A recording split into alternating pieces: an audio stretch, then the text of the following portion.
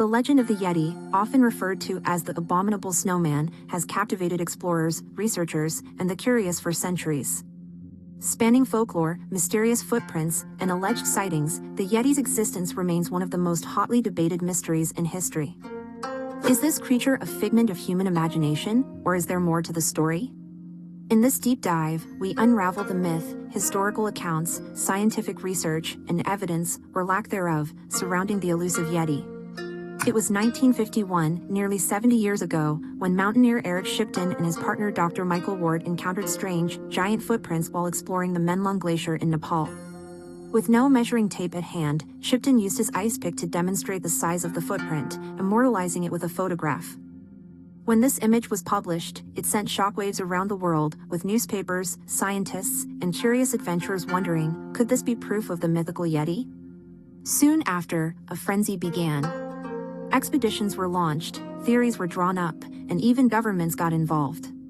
The US government went so far as to issue official guidelines for Yeti hunting expeditions. In Nepal, licenses were given to those eager to uncover the truth. However, despite all the excitement, one question remains: is the Yeti real? The belief in the Yeti runs deep in Himalayan cultures, particularly among the Sherpa people and Tibetan Buddhists.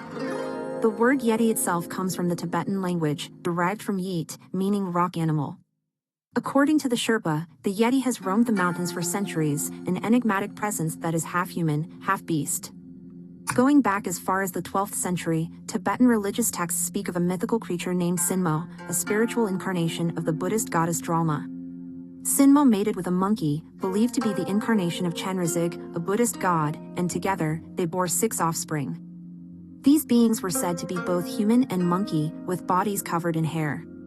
According to Tibetan folklore, over time, some descendants of these offspring evolved into modern humans, while others, who retained more primitive traits, became the creatures we now refer to as Yetis.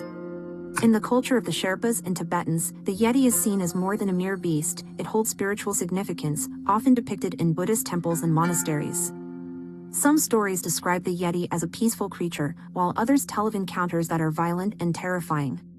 The first major encounter that sparked global interest happened in 1921, when British mountaineer Charles Howard Barry saw footprints that mystified him. When he reported his findings to a journalist, the tale took on a life of its own, as the term Abominable Snowman entered the popular lexicon. Years later, in 1951, Shipton's photograph of footprints reignited the debate. Were these footprints from a human-like creature, a bear, or something else entirely? Despite the excitement surrounding these discoveries, skepticism was high. Some experts suggested the footprints could belong to wolves, while others proposed the footprints might have been left by people who walked barefoot in the snow, as was sometimes the case with local tribes in Bhutan and Nepal. Further fueling the legend were first-hand accounts from local Sherpas and monks, including Major Sushant Singh of the Indian Army, who encountered large, mysterious footprints while on an expedition in the Himalayas. His Sherpa guide claimed the footprints belonged to the wild man of the mountains, the Yeti.